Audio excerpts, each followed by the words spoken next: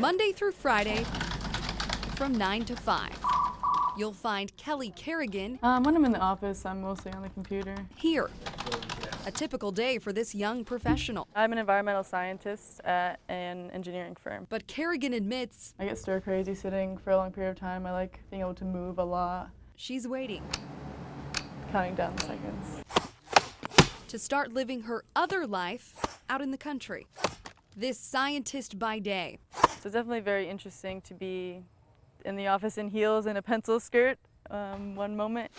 will drive an hour and a half each way to be a lumberjill by night. And then I change into chopping clothes and come here and get all dirty and sweaty. Her strength is evident in every single swing. But she says power isn't everything. It's all finesse, really, and technique, surprisingly. It's not all brawn. Kerrigan first started competing in timber sports on a whim 3 years ago. One of my ex-boyfriends needed a sawing partner last minute at a competition, and I just filled in and decided to start training because it was fun. That guy is not in her life anymore, but these men are. They all have many years of experience, so they all give us little pointers here and there. Pointers that have helped get her here. She says it's an escape. Takes your mind to like another place because you have to focus on something else that just has really nothing to do with my everyday life, at least. And even when the sun sets, their practices don't stop there. This barn turned practice space and party spot lets Kerrigan saw into the night. Kelly's very dedicated. She hates to lose as much as I do. However, reality hits hard come morning, when the cuts turn to clicks and it's back to the grind. But a reminder sits above her desk Kind of keeps me focused sometimes. of hard-fought recent success. When I'm having a rough day, I'm just like, I did good one day.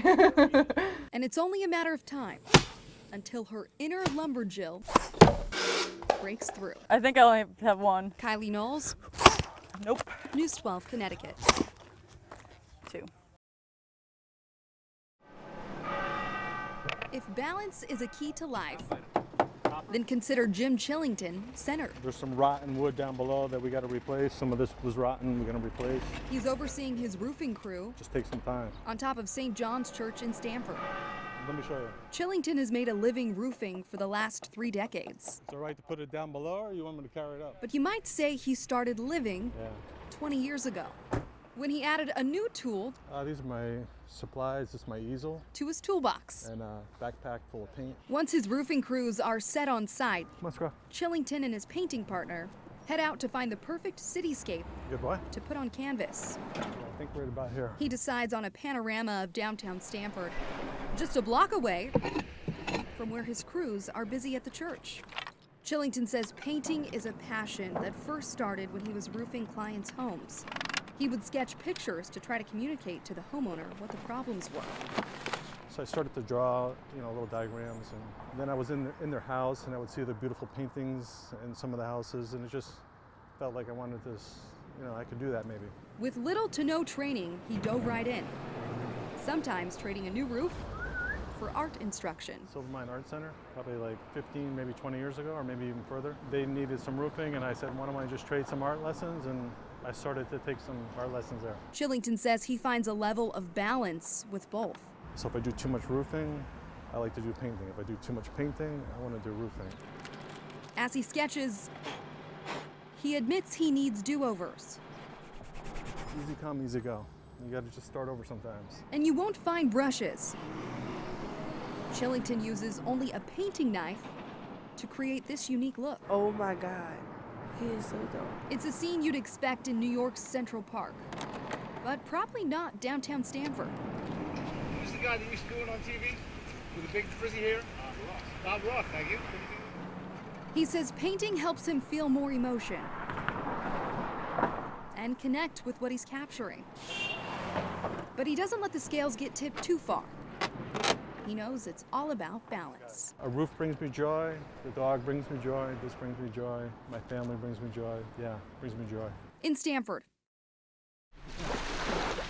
if art is a form of expression, And then we'll just walk into the treasures. then eccentric This is a good time to be here. might be the best word to describe Daniel Lanzalotta. This is interesting. It also has a little happy face already. You see the little happy face there? If I meet somebody new and I say, I'm going to go get trashed, I don't mean I'm going to go drink. I mean I'm going to look for garbage. It's something he's been doing for 20 years now, I call myself a plastician. creating art out of plastics Like this little wacky thing. and anything else he may find. Oh, the joys of umbrellas. I mean, really. But don't let his love of litter fool you. Once plastic is manufactured, it's there forever. Plastic doesn't decompose. Lanzalotta says plastics, like a disposable lighter, This is a real killer. are big pollution problems. So, with a bag full of trash, he takes off to turn them into treasures. He tries to see the potential Beautiful. in each piece of garbage. Just start manipulating the piece and see what the challenge is, because it's a challenge to make these things. Some of it's trash and some of it's not. From a toothbrush to a razor, It's very, kind of wacky. even that disposable lighter. So you go from this to that, and that unto itself is quite stunning. They all tell the story of human consumption. We don't live in a world where we're making and doing. I'm a doer, I'm a maker. And it's what he makes, intricate, delicate, detailed sculptures, that are getting him noticed. This piece is called Tea Jazz. Lanzalotta's work was on display at the Westport Arts Center this summer and has been showcased in galleries across the country and in Europe. But it's not about the recognition. Change is what he's hoping for. You make a piece like this, you're shifting the consciousness of people and the viewer. That's my hope. To him, it's about building a better tomorrow. Taking something insignificant and then making it significant. Kylee Knoles, Like I can't take everything, News 12, Connecticut.